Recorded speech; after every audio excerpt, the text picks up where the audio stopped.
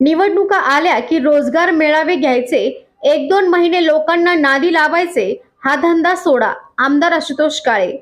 3,000 कोटींचा हिशोब मागणे हा बालिशपणा.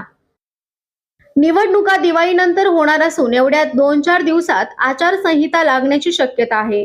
आपल्याला एकाच वेळेस गाळप हंगाम तसेच निवडणुकांना देखील सामोरे जायचे आहे. याचे नियोजन करावे. आपण 5 वर्ष 3,000 कोटींच्या पेक्षा जास्त निधी आणला आहे. विरोधक विचारताय, प्रत्येक गावाला 30 कोटी आले का? हा कोणता बालिशपणा आहे? हे असे कोटी वाटायचे असतात का? असला हिशोब मागताय, ही निव्वळ बालिशपणाचे लक्षण आहे. मागच्या काळापेक्षा निश्चितच या 5 वर्षात जास्त काम झाले आहे.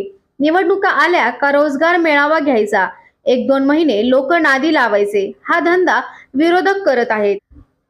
लोकांना जास्त भूलथापा देऊ नका, नाहीतर लोक तुम्हाला भूलथापा दिल्याशिवाय राहणार नाही, अशी जोरदार टीका आमदार आशुतोष काळे यांनी कोल्हे यांचे नाव न घेता केली आहे. कर्मवीर काळे कारखाना ऊस उत्पादकांना 125 रुपये मॅट्रिक टना अंतिम दर देत असून लाभ क्षेत्रातील व बाहेरील असा भेदभाव आपण केला नाही आणि करणार नाही. कामगारांना 20% बोनस हा दिला जाणार असल्याची घोषणाही आमदार आशुतोष काळे यांनी केली आहे. कोपरगाव तालुक्यातील कर्मवीर शंकरराव काळे सहकारी साखर कारखान्याचा सन 2024-25च्या 70व्या गणित हंगामाचा बॉयलर अग्निप्रतिपन समारंभ माजी आमदार अशोकराव काळे यांच्या अध्यक्षतेखाली व कारखान्याचे उपाध्यक्ष शंकर चव्हाण व त्यांच्या पत्नी शकुंतला चव्हाण यांच्या हस्ते संपन्न झाला आहे. यावेळी कारखान्याचे कार्यकारी संचालक, शेतकरी, अधिकारी, चीफ केमिस्ट, स्थापत्य अभियंता आदी प्रमुख मान्यवरांसह बहुसंख्येने सभासद, शेतकरी, कार्यकर्ते मोठ्या संख्येने उपस्थित होते. अधिक बोलताना आमदार आशुतोष काळे म्हणाले की प्रत्यक्ष फिरायचे नाही, ऑफिसमधून प्रेस नोट काढायचे, एवढा धंदा विरोधक करत आहे. आपण सर्वांनी कामाला लागायचे आहे. केलेले कामे जनतेपर्यंत पोहोचवा, अशा सूचना आमदार आशुतोष काळे यांनी दिल्या आहेत. उपस्थित असलेले बँकेचे माजी चेअरमन सोमनाथजी घुमरे,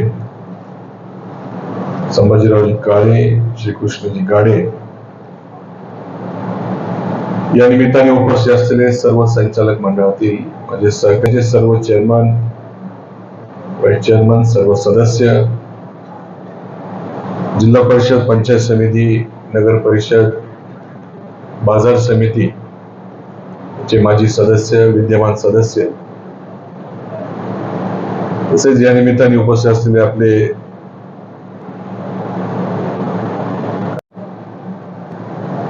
जे काही कामं मंजूर आहे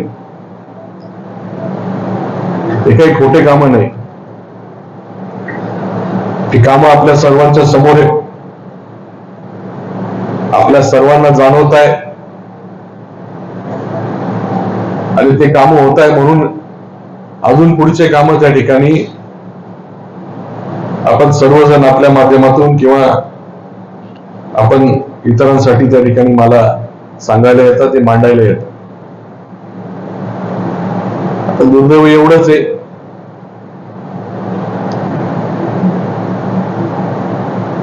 जे काही आपल्या सर्वांना जाणवतंय किंवा इतर लोकांनाही जाणवतंय, फक्त ठराविक काही लोकांना त्या ठिकाणी जाणवत नाही. आपण या 5 वर्षामध्ये 3,000 कोटीपेक्षाही जास्त निधी आणण्याचं काम या ठिकाणी केलेलं आहे. आणि काय विचारण्यात येतं, आपल्याकडे 100 गाव आहे, प्रत्येक गावाला 30 कोटी आले का? काय बालिशपणा चाललाय? असं प्रत्येक गावाला 30 कोटी हे असे काय वाटायचे असते का? प्रत्येक गावाचे विषय वेगळे असतात. आणि त्याच्यामध्ये पण आता आपला स्टेट हायवे 7 आहे, भरवस निर्णय फाट्याचा रस्ता, 232 कोटी आलेले. आता नेमकी हे कुठल्या गावामध्ये धरायचे? मोरवीस मध्ये धरायचे का चास मध्ये धरायचे का वेळापूर मध्ये धरायचे का सुरेगाव मध्ये धरायचे का निर्डे गावाला धरायचे? तेव्हा असं प्रत्येक गावाला 30 कोटी हिशोब मागणं हे बालिशपणाचं लक्षण त्या ठिकाणी आहे. जे काही कामं झालेले ते लोकांना जाणवत आहे. आणि म्हणून तुम्ही 5-5 वेळेस विचारलं झालेले का काम, समोरून लोकांचा नाईलाज झाला, त्यांच्या समाधानासाठी तरी त्याला म्हणावं लागलं नाही नाही नाही झालेले. तर लोकांना तिथेही बसून त्या ठिकाणी जाणवत होतं. आपण जे बोलतोय मनाला जर विचारलं तर निश्चितपणाने मागच्या काळापेक्षा जास्त कामं त्या ठिकाणी झालेली आणि म्हणून लोक त्या ठिकाणी संकोच करत होते. आणि म्हणून या गोष्टी या काळामध्ये चालणार आहे. इथं अनेक ज्येष्ठ लोक उपस्थित आहे. आपणही काही लोकांनी अनेक निवडणुका पाहिल्या, माझ्या काही फार निवडणुका झालेल्या नाही, पण मी ज्या काही जेव्हापासून प्रचार करतोय तेव्हापासून पाहतो का प्रत्येक निवडणूक आली एखादा रोजगार मेळावा घ्यायचा, त्याच्यामध्ये महिना 2 महिने लोक नादी लावायची आणि वेळ मारून न्यायची, अशा प्रकारची पद्धत प्रत्येक निवडणुकीमध्ये आलेली. आणि म्हणून आताच्या काळामध्ये या सर्व गोष्टीचा काय म्हणता का उपयोग किंवा वापर या ठिकाणी होणार आहे. आपल्या सर्वांना तेवढीच विनंती आहे की आपण सर्वांनी, तर ठीक आहे तरुण नवीन लोक असतील त्यांना वाटतं का काही आकडेवारी सांगितली, जगभराच्या गप्पा केल्या तर लोकांना काही कळत नाही. परंतु आता प्रत्येकाकडे मोबाईल आलेला आहे, प्रत्येक जण त्या ठिकाणी ऑनलाईन माहिती पाहू शकतं. आपण किती गप्पा मारल्या आणि किती खोटी आकडेवारी दिली तर लोक सुज्ञ झालेले. म्हणून आपण त्याच्यामध्ये जास्त काही लोकांना भूलथापा देऊ नका, नाही तर लोक आपल्याला भूलथापा दिल्याशिवाय राहणार नाही आणि मग आपल्याला त्या ठिकाणी तोंड दाखवायला जागा राहणार नाही. वास्तविक पाहता दुपारी उठायचं, ऑफिसमध्ये बसून प्रेस नोट काढायची, गावात कधी जायचं नाही, गावात गेलं तर तुम्हाला काम दिसेल, लोकांचे प्रश्न समजतील, अशा पद्धतीने त्या ठिकाणी कामकाज करणं अपेक्षित आहे.